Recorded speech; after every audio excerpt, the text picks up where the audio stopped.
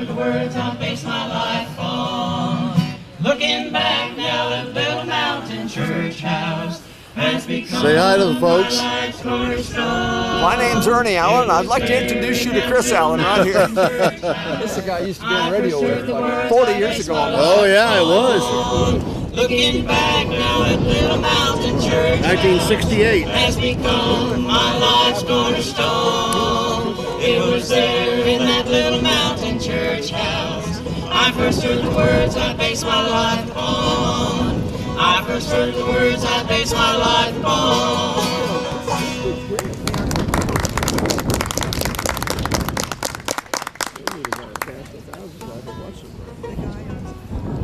What do we got here? 5 minutes? 10 minutes? 10 minutes? I'm sorry? Just keep going. Oh, is he the one that played this game guitar? Yes. Well, I probably saw him. I think they were there the year we went. Yeah.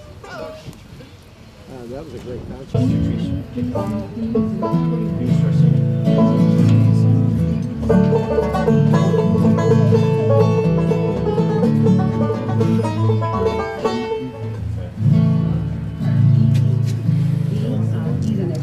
They know. Hey. Then we'll finish up with the Yeah. Ready?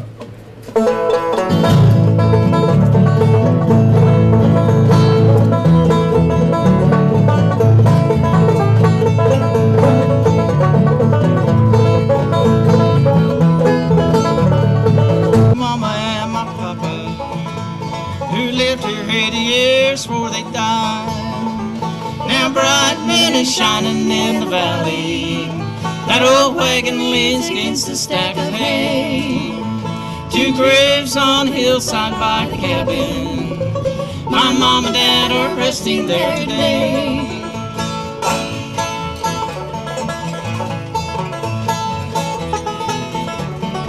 Waters of the meadow stream. Now bright moon is shining in the valley. That old wagon leans against a stack of hay. Two graves on a hillside by a cabin. My mom and dad are resting there today.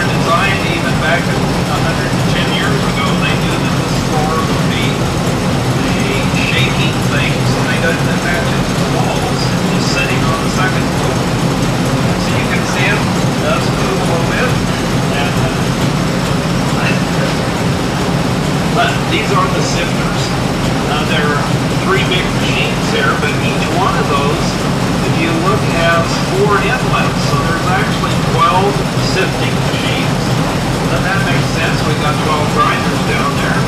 So each one is divided in the middle this way and also in the middle this way. So the material comes out of the mills downstairs. Well, of course, after it drops down the basement, gets on an elevator and have out in the mills. In fact, one of them was working at a corn mill for many years, so he would know. I'm sure you have to change some of the screens and things like that, but one of the things might have to be done. Anyway, this is the main drive shaft that was run the power in from the river. You can see the big bells on here. Some of these were supposed to be original. Now, I don't know that. They're made out of leather. They're laminated in 2 pieces. And I think that would be to me, to know the right technique to be able to laminate those back together. You don't take them off, you fix them right on the belt. There's no place to...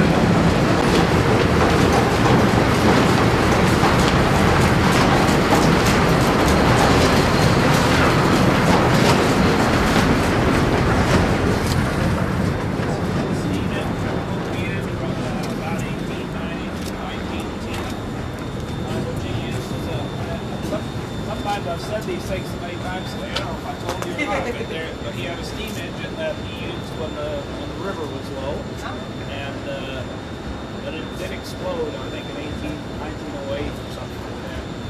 And then they had put electricity in Lindsborg by that time, so he put an electric motor to drive it when there wasn't enough water in the river.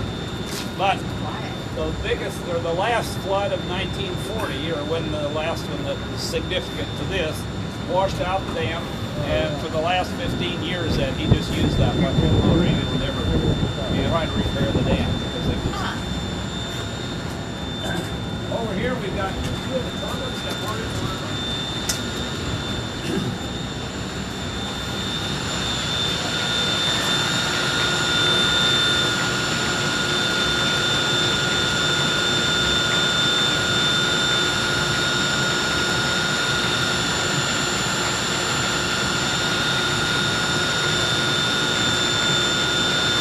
This actually was a stationary portion, but the bottom side of the turbine actually spun. The water came in here, and as the water came out is what created the movement, because the water rushing out of here would force this turbine to turn.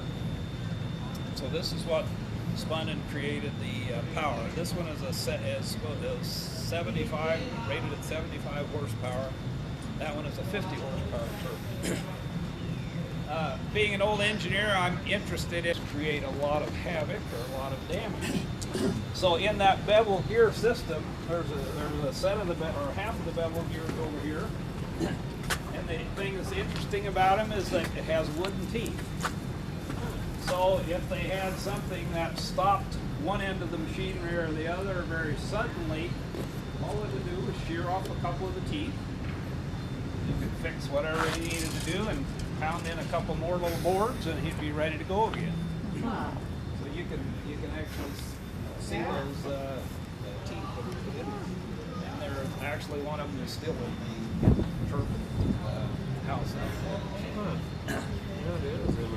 Did they ever use big wooden wheels when the mill was started here? No, this one was, well, I guess I'm not sure about what was used in the 1872 one, when he was actually had a sawmill and started his first grist mill. But these were definitely by the 1898 version. So Chris may know. Well, I was going to say that maybe the early one may have had, because of the lack of, they didn't have metal supplies available to them. So because the 1872, when they built the dam, all he did was take some cottonwood logs and run across there, and they said they filled them with sticks and or mud and rocks to make the dam. Oh, wow. That'll work. But it did wash out, like I said, several times. could I pop back in here and take another couple pictures? Would that be possible? All right. We'll go down to where the turbines were located on the edge of the river. Show you that.